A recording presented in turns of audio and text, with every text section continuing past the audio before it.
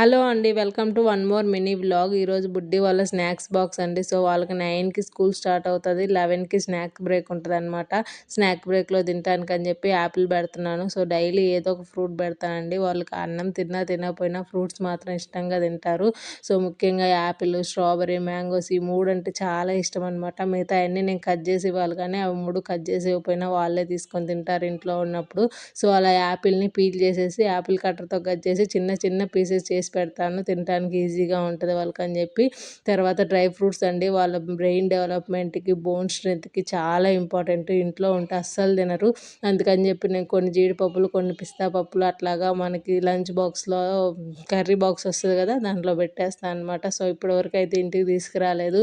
Mummy తిడుతుంది, కొడుతుంది అని కాబోలు శుభ్రంగా పిల్లలతో పాటు తినేసే వచ్చారండి. సో ఈ టిప్ అయితే నాకు చాలా బాగా యూజ్ అవుతుంది. మీకు కానీ యూజ్ అయితే ట్రై చేయండి. సో మీ పిల్లలు లంచ్ బాక్స్లో ఏం పెడతారో నాకు కామెంట్